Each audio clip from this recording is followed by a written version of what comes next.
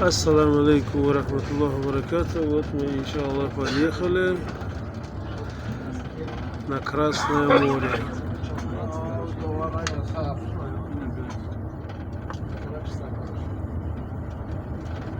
Где мы стоим?